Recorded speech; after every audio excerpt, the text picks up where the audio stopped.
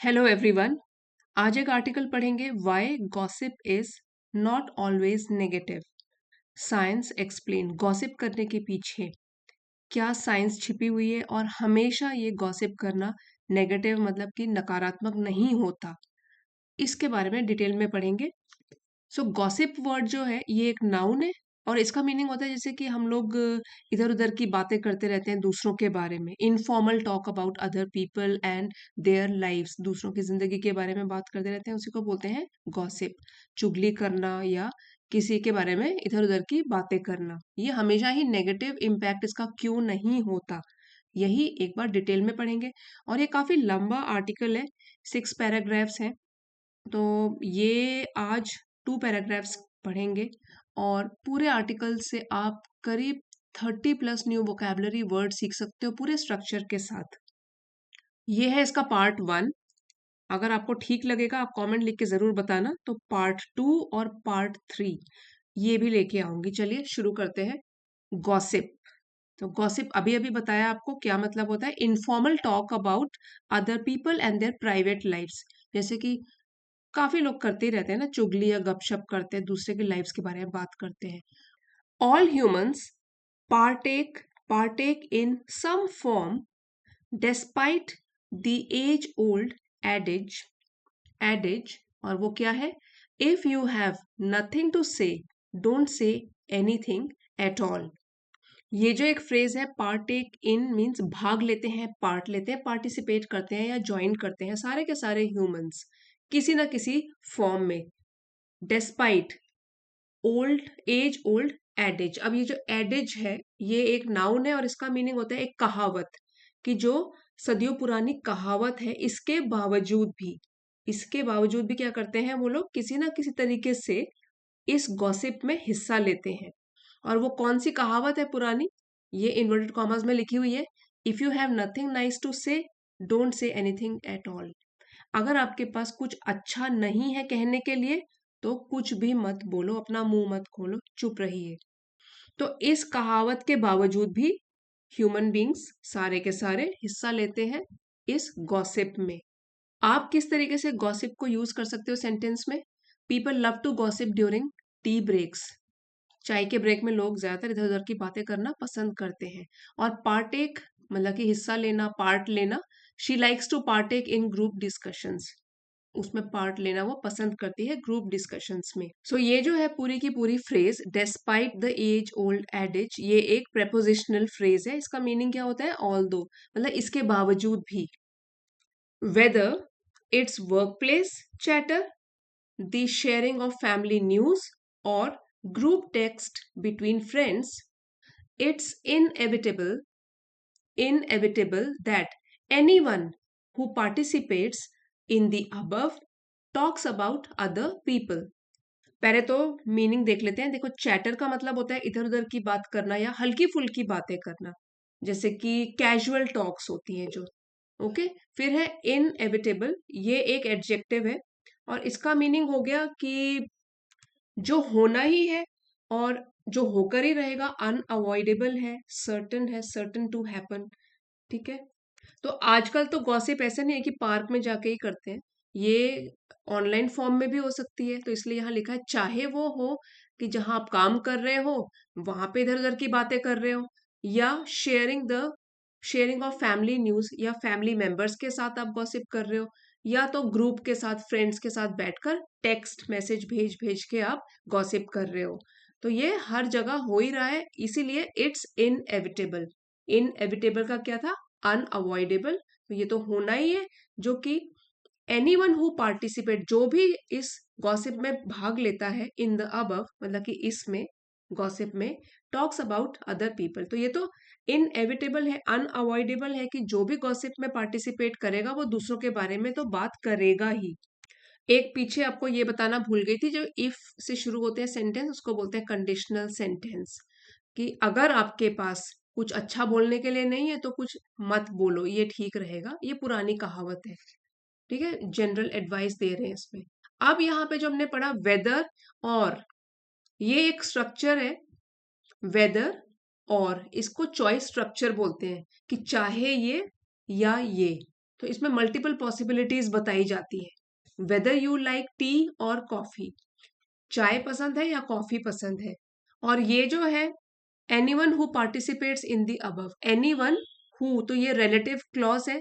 जो who participates in the above, ये किसको डिस्क्राइब कर रहा है, एनीवन को। तो इसमें हु जो है वो लोगों के लिए हम यूज कर सकते हैं रिलेटिव क्लॉज में। The person who called me, अब ये देखो लोगों के लिए यूज किया गया है ना, पर्सन तो वैसे सिंगुलर में है, तो person who called me, the people who called me, लोगों के लिए क्या यूज होता है, हु। अब आगे बढ़ते हैं second paragraph. People tend to think of gossip as synonymous, synonymous with malicious, malicious rumors, rumors। tend to, इसका हम तब यूज करते हैं जब हमको जनरल टेंडेंसी बतानी हो किसी चीज की।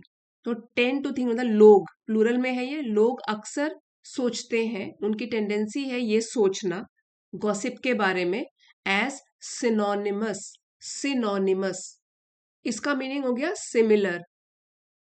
अब जैसे आपने सिनोनिम्स तो सुना है ना, ये वाला वर्ड, एंटोनिम्स, सिनोनिम्स। सिनोनिम भी वही होता है कि समानार्थी शब्द, सिमिलर मीनिंग वाले। तो यहाँ सिनोनिमस, इसका मतलब हो गया सिमिलर, सेम, या हैविंग द सेम मीनिंग। तो गॉसिप का सेम मीनिंग किसके साथ, रूमर्स, जो कि है मेलिशियस। अब रूमर्स होता है अफवाह उड़ाना, अफवाह होती है ना, जैसे झूठी खबरें जिसका प्रूफ नहीं है कि सच है कि झूठ है। और मेलिशियस हो गया कि जिसमें कि बैड इंटेंशन है, हार्मफुल है या मीन है। तो लोग जो है मेलिशियस रूमर्स को सिमिलर समझते हैं गॉसिप के साथ, कि अगर गॉसिप कर रहे हैं इसका मतलब गलत काम कर ही रहे हैं, किसी के बारे में गलत चलत बोल रहे हैं। पुट डाउन्स, अब पुट डाउन्स जो है ये एक इंसल्टिंग रिमार्क उसके लिए बोलते हैं, जैसे किसी को इंसल्ट किया, क्रिटिसिज्म किया, क्रिटिसाइज किया। So we should avoid this put downs, अपमानजनक बातें। और the breathless propagation of a, breathless इसका मतलब हो गया कि एक्साइटमेंट में या हरी जल्दबाजी में कोई काम किया, ब्रेथलेस प्रोपिगेशन। और प्रोपिगेशन होता है किसी चीज को फैलाना या स्प्रेड करना, प्रोपिगेशन ऑफ न्यूज। और किस चीज का, टैब्लॉइड स्कूप।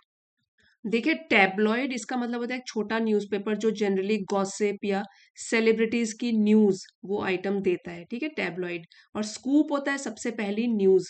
वैसे स्कूप का मतलब तो ये भी होता है कि चम्मच से निकालना, जैसे बोलते हैं ना आइसक्रीम का एक स्कूप दे दो मुझे, तो वो भी स्कूप होता है। लेकिन यहाँ पे टैब्लॉइड स्कूप, इसका मतलब है कि सबसे पहले न्यूज निकालना, न्यूज देना। और ये हम स्पेसिफिकली यानी टर्म कब यूज करते हैं, ये आप ध्यान से सुनना, टैब्लॉइड स्कूप। तो इसका मतलब होता है कि जैसे कोई शॉकिंग न्यूज या कोई एक्सक्लूसिव न्यूज जो सबसे पहले किसी न्यूज़पेपर या मीडिया ने ब्रेक करी होती है, स्पेशली जैसे कोई स्पाइसी न्यूज हो गई या गॉसिप, गॉसिप टाइप की न्यूज हो गई, उसको बोलते हैं टैब्लॉइड स्कूप। ऐसी न्यूज को ब्रेथलेस प्रोपिगेशन देना, मतलब कि जल्दबाजी में ऐसी न्यूज को फैलाना। एक और एग्जाम्पल सुन लीजिए, देखिए जैसे कि जब कोई मीडिया हाउस सबसे पहले शॉकिंग न्यूज देता है, और अगर ऐसे बोलते हैं कि जैसे एक फेमस एक्टर ने सीक्रेटली शादी कर ली है, तो इस टाइप की टैब्लॉइड स्कूप, स्पाइसी खबरें, तो ये लोग सिनोनिमस मानते हैं कि गॉसिप का मतलब हो गया ये चीजें। अब के किन किन चीजों से सिनोनिमस माना है, एक तो हो गया मैलिशियस रूमर्स, रूमर्स हो गया अफवाह, झूठी अफवाहें, और जो कि खराब है, दूसरों के लिए जो खराब हो। फिर है पुट डाउन्स हो गया, जैसे अपमानजनक बातें, दूसरे को क्रिटिसाइज करने की बातें हो गई, या तो कोई टैब्लॉइड स्कूप जो हमने अभी डिटेल में डिस्कस किया, ये इसके साथ सिनोनिमस माना जाता है गॉसिप को। But researchers often define it more broadly as, लेकिन रिसर्चर ने तो गॉसिप को डिफाइन किया है एक बहुत ही ब्रॉड तरीके से, और बोला है क्या, talking about people who are not present, says an assistant professor of psychology, P silent है, psychology। तो रिसर्चर्स ने क्या बताया है कि ये तो जब गॉसिप करते हैं तो ये तो हो गया कि उन लोगों के बारे में बात करना जो कि वहां पे मौजूद नहीं है, those people who are not present. तो ये असिस्टेंट प्रोफेसर ऑफ साइकोलॉजी ने ये बताया, और आगे भी बताया कि it is something that comes very naturally to us. तो नेचुरली का मतलब हो गया एक स्वाभाविक तरीके से, अपने आप, बिना एफर्ट के। तो ये तो एक ऐसी बात है गॉसिप करना कि जो कि हमारे लिए बिल्कुल नेचुरली होता है। An integral part of conversation, information sharing and even community building. Conversation हो गया बातचीत, information sharing शेयर करना information को, और community building इसका मीनिंग तो ये हो गया कि जैसे लोगों के बीच में कनेक्शन बनाना। इंटीग्रल इसका मीनिंग है कि वेरी एसेंशियल, वेरी इंपॉर्टेंट, जरूरी पार्ट ऑफ कॉन्वर्सेशन। ये तो कुछ एक जरूरी पार्ट है हमारी बातचीत का, गॉसिप करना भी, जिससे कि हम इंफॉर्मेशन, कोई भी इंफॉर्मेशन है, जानकारी है, एक दूसरे से शेयर करते हैं, और साथ ही साथ हम लोगों के बीच में कनेक्शंस भी बनाते हैं। तो इसमें कोई बुराई नहीं है, इसमें जरूरी नहीं है इसको सिनोनिमस समझना कि हम लोगों के बारे में बुरी चीजें बोल रहे हैं। यहाँ पे भी ये रिलेटिव क्लॉज था, क्योंकि पीपल के साथ हमने यहाँ पे हु यूज किया था, क्योंकि हु जो है वो पीपल के लिए हम लोग यूज कर सकते हैं। और जो ये वाली फ्रेज है, something that comes very naturally to us, coming very naturally to someone, इसका मतलब हो गया कि वो बिना एफर्ट के एक नेचुरल तरीके से उसको समझ में आती है। मीन्स कोई भी चीज जो बहुत ही स्वाभाविक होती है, नेचुरल होती है। जैसे example, speaking comes naturally to her, मतलब इजीली वो बोल सकती है, इंग्लिश में बोल सकती है। तो ये एक फ्रेज आप याद कर सकते हो, कम नेचुरली टू समवन, जो बिना एफर्ट के और इजीली ही नेचुरल तरीके से होती है।